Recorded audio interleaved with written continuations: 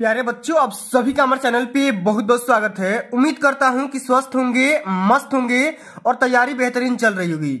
जितने भी विद्यार्थी 2025 बोर्ड परीक्षा में गृह विज्ञान का पेपर देने वाले हैं, उनके लिए गृह विज्ञान का एक मोस्ट इंपोर्टेंट वीडियो लेकर के आ चुका हूं। और बच्चों, इस वीडियो के माध्यम से मैं आप सभी को गृह विज्ञान का बहुविकल्पी क्वेश्चन और साथ में लघु उत्तरी क्वेश्चन जितने भी यहाँ पे मोस्ट इंपोर्टेंट बन सकते हैं, उन सभी प्रश्नों को इस वीडियो के अंतर्गत खत्म करने का प्रयास करेंगे।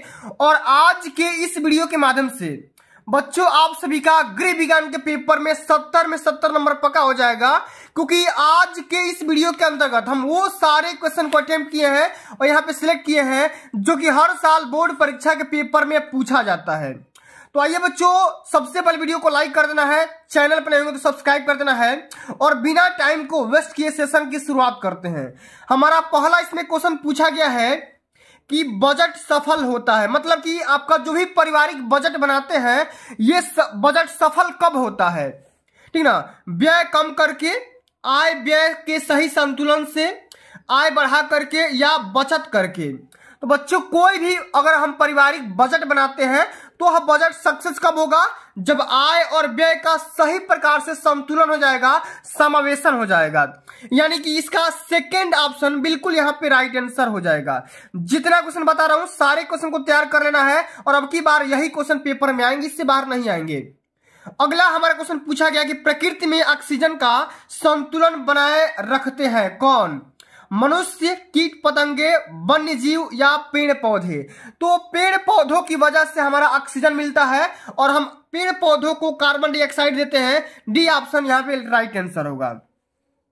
आगे समझते हैं कि सिलाई के सामान रखने के डिब्बों को क्या कहते हैं। सिलाई के सामान में अगर हम बोलेंगे कि सिलाई के सामान के कोई भी अगर चीज रखते हैं तो एक डिब्बा में रखते हैं, बॉक्स में रखते हैं, उस बॉक्स को क्या कहते हैं?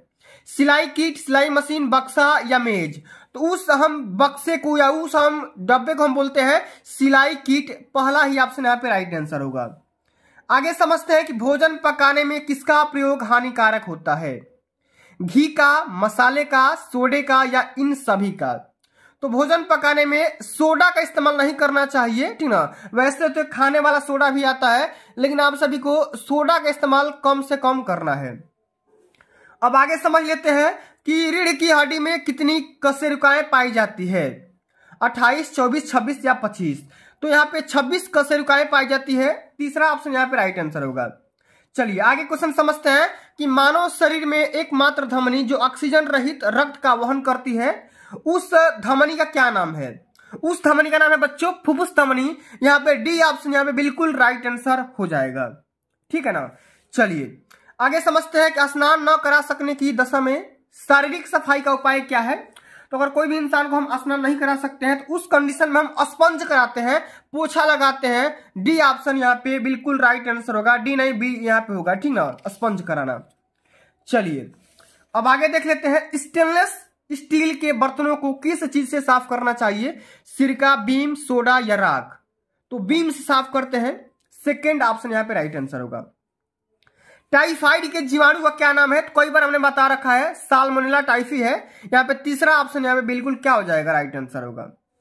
ऑक्सीजन कहां से प्राप्त होता है आपको बताना है? बंद कमरों से, पेड़ पौधों से, नालियों से या खनिजों से।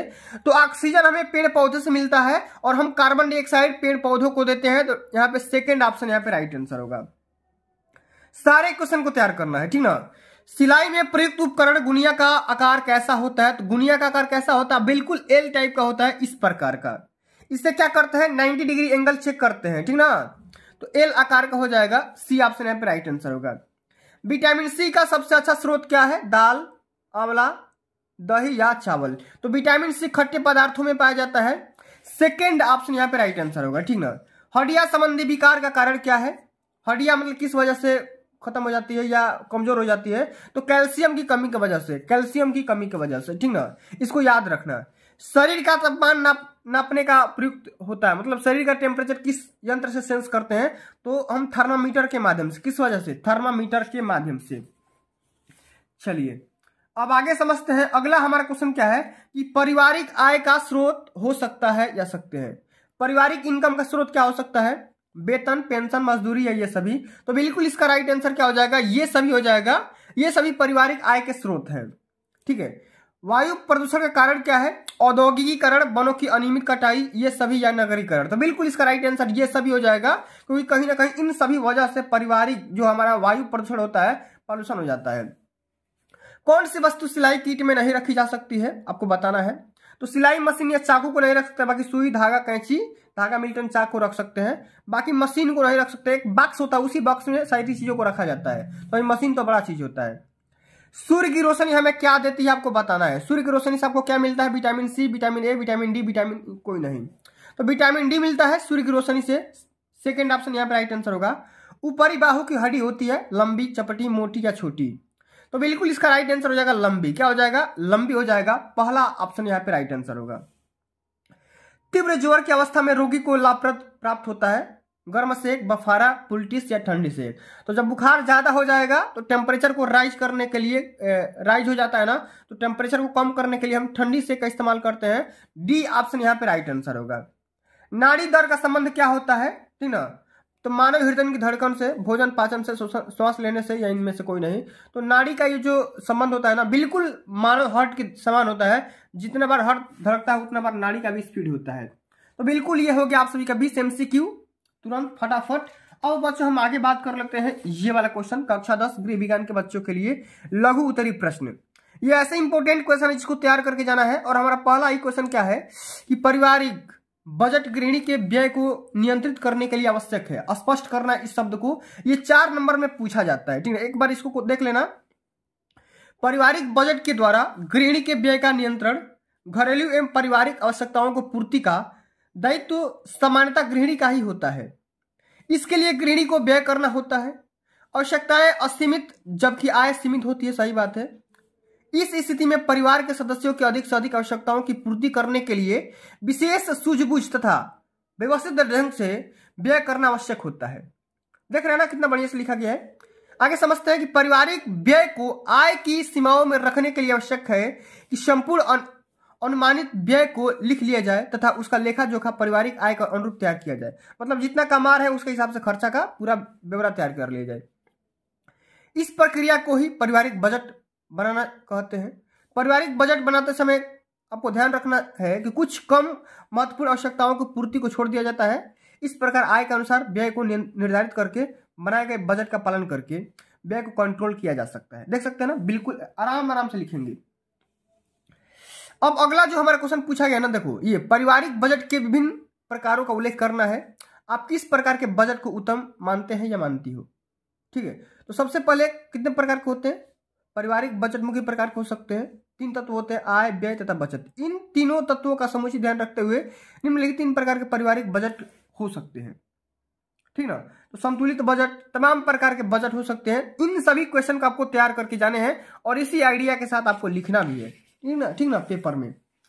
अब अगला हमारा एक और क्वेश्चन आ जाता है, ये वाला क्वेश्चन कि बजट में बचत करना क्यों आवश्यक है, समझाइए। या बजट में बचत का क्या महत्व होता है, इसको समझाइए। कैसे लिखेंगे समझिएगा। एक आदर्श बजट में बचत का प्रावधान सदैव ही रखा जाता है। परिवार के भविष्य की सुरक्षा एवं आकस्मिक कार्यों के लिए बचत की एकमात्र विकल्प है। एग्जाम्पल के लिए आकस्मिक रोगों के उपचार के लिए आवश्यक धन बचत की मदद से ही उपलब्ध होता है। इस प्रकार परिवार में विवाह आदि होने वाले व्यय, भवन निर्माण एवं वृद्धावस्था में आत्मनिर्भरता इत्यादि महत्वपूर्ण कार्य सफलतापूर्वक संपन्न करने के लिए बचत के द्वारा अर्जित किया गया धन उपयोग में आता है। तो देख सकते हैं ना कि हमें बचत करना क्यों जरूरी है। शादी कर सकते हैं, पढ़ाई पे खर्चा कर सकते हैं, विवाह कर सकते हैं, तमाम प्रकार के खर्चों को खत्म करने के लिए हम बजट में बचत करते हैं। तो प्यारे बच्चों, इस प्रकार से आप सभी को सारे क्वेश्चन तैयार करना है। आज के लिए बस इतना ही। अगर ये वीडियो आप सभी को अच्छी लगी होगी, हेल्पफुल लगी होगी, तो वीडियो को लाइक कर देना, शेयर कर देना, चैनल पर नए होंगे तो सब्सक्राइब कर देना। जल्द मिलते हैं अगली वीडियो में, तब तक के लिए जय हिंद, जय भारत, वंदे मातरम।